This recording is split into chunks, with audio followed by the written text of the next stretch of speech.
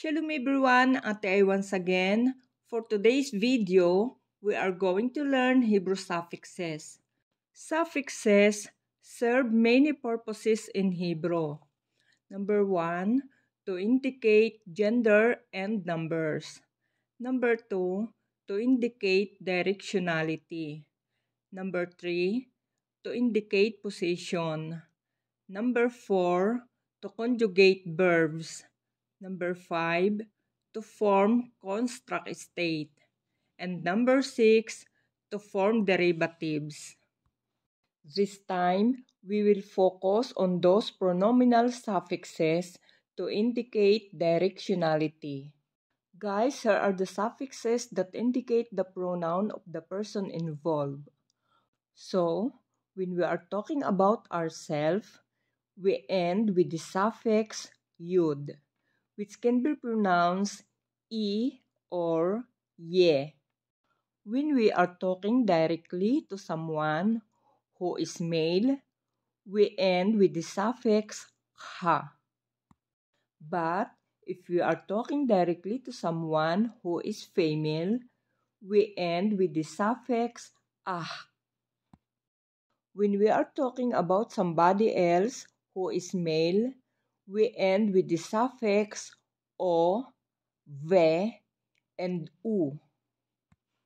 But when we are talking about somebody else who is female, we end with the suffix a.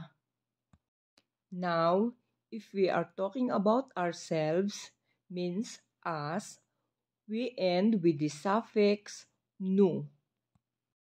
If we are talking directly to several males or mixed gender, we end with the suffix hem.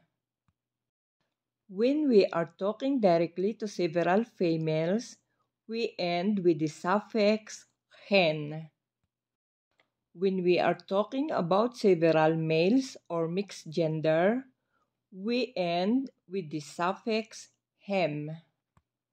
But when we are talking about several females, we end with the suffix hen. Okay guys, here are examples how a preposition add a suffix in order to indicate directionality.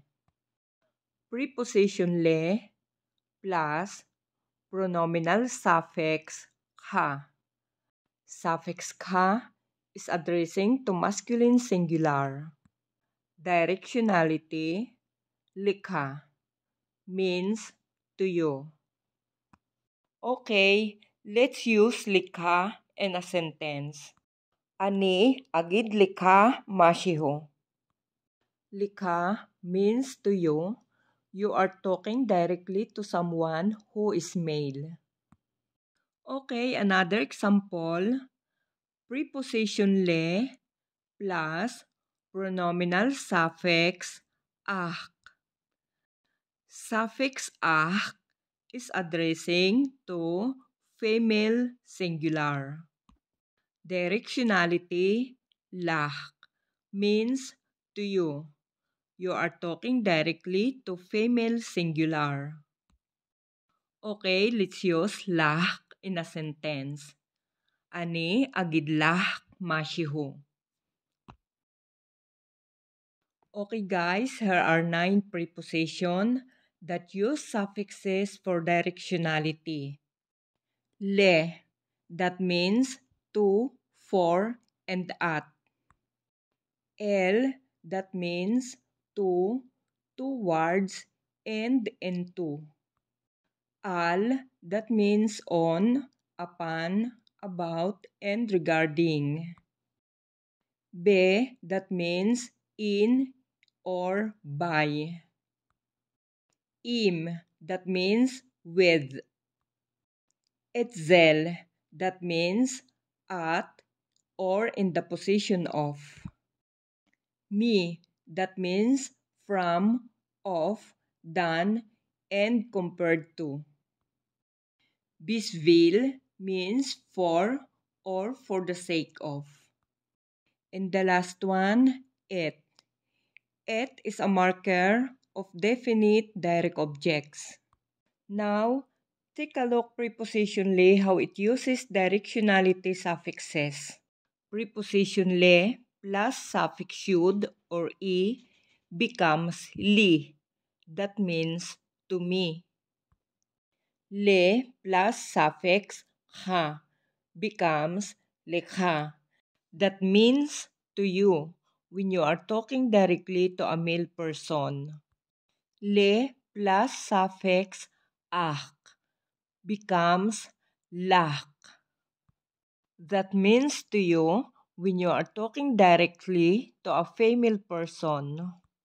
Le plus suffix vab or o becomes lo.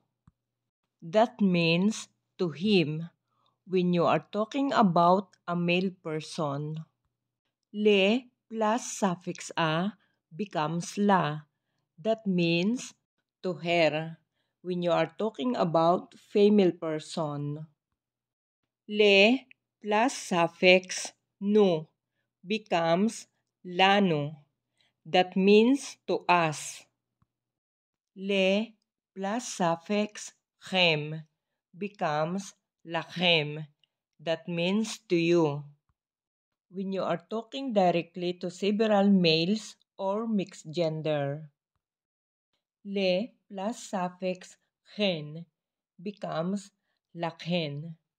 That means to you when you are talking directly to several females. Le plus suffix hem becomes lahem. That means to them when you are talking about several males or mixed gender.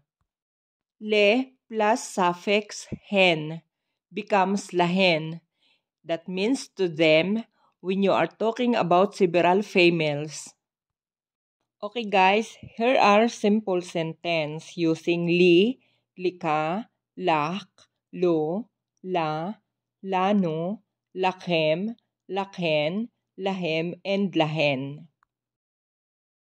זה שייך לי. זה שייך לך. זה שייך לך. זה שייך לו. זה שייך לה. זה שייך לנו. זה שייך לכם.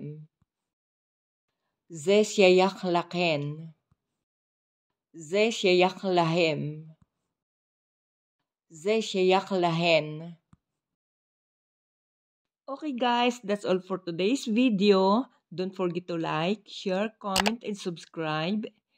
And for the next video, we will continue to learn some preposition to indicate directionality. Guys, hamon-hamon tudali kulkem, ni trai bablog bashili, litraot.